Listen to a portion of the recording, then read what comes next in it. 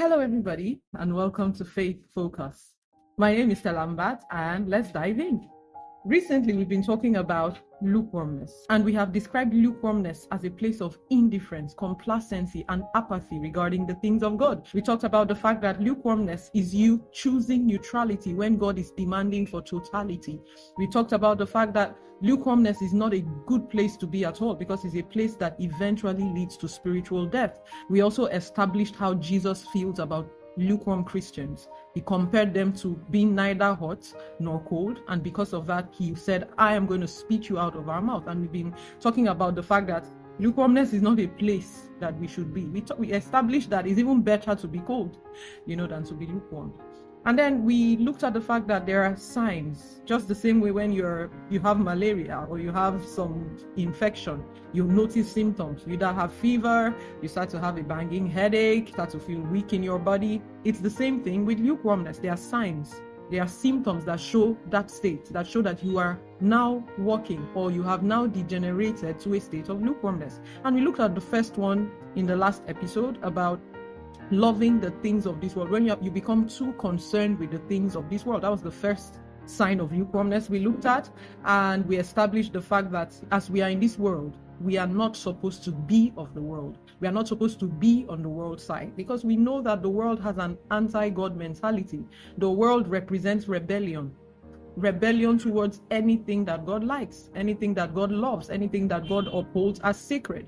And so we established the fact that we cannot be in this world and of this world at the same time, that there are two opposing kingdoms. You are either for the kingdom of light or the kingdom of darkness, but it's mutually exclusive. You cannot belong to both. And I don't want to spend a lot of time going back to that. So I'd like us to move to the second point today. The second sign of lukewarmness is failure to represent boldly the faith that you believe.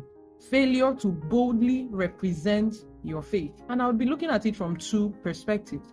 The first perspective is sharing your faith. What does that mean? Simply telling people about Jesus, simply boasting about this faith wherever you go. When I say boasting, you're just being proud of sharing your testimony. You are being proud of telling others about the Jesus that you say has saved you.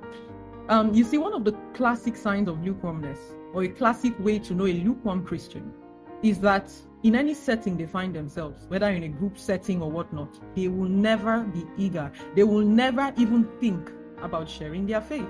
Usually what drives this desire, or lack of, if I say so myself, is the fear of rejection.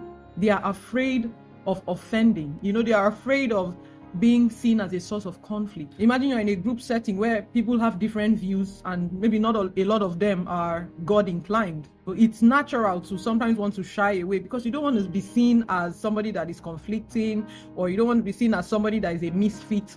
And for a lukewarm Christian, and I would say while everybody does face sometimes that pressure or that feeling where, I just want to keep quiet or back away, a Christian who knows what they represent, a Christian who is bold about their faith, would push those feelings aside and still go ahead and speak that, I believe in Jesus Christ, and because of it, this is what I believe, this is what I think about this. But a lukewarm Christian will see that as an opportunity to shy away, an opportunity to not speak out, an opportunity to, just avoid, just so that they can blend in. A lukewarm Christian likes to go with the current, right? If you are a Christian that is never eager, you are never willing, it doesn't even occur to you to ever share your faith wherever you are. In a group setting, you find yourself, sometimes you meet somebody, there's never that desire. It doesn't even occur to you to share your faith.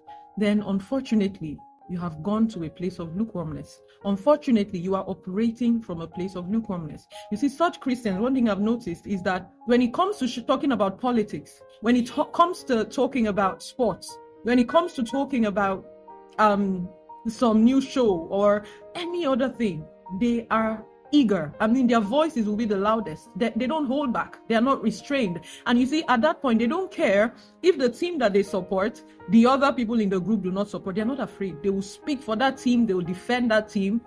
So you see that it's not about the fact that you are reserved. No, it's just a fact that, such Christians are afraid of rejection. Because if you can speak out about sports, do you know how explosive sports can be? Have you not heard about people that killed somebody because they did not support their team? So if you can have that boldness to speak about politics, for example, there are families that are not speaking to each other today because this one supported this one and that one supported this one. So if you find yourself in a group setting, these things don't bother you. You are happy to speak for your club, your favorite team. You're happy to speak for your favorite politician. But then when it comes to the gospel of Jesus Christ, the same gospel that you say you believe, the same gospel that saved you, the same gospel that brought you from death to life, when it comes to sharing that and you become automatically reserved, it's a sign of lukewarmness. I don't know if you've ever had the opportunity to encounter chain smokers or people that smoke Indian hemp, for example. You know that those guys are one of the most generous sets of people in terms of their drugs, in terms of their Indian hemp.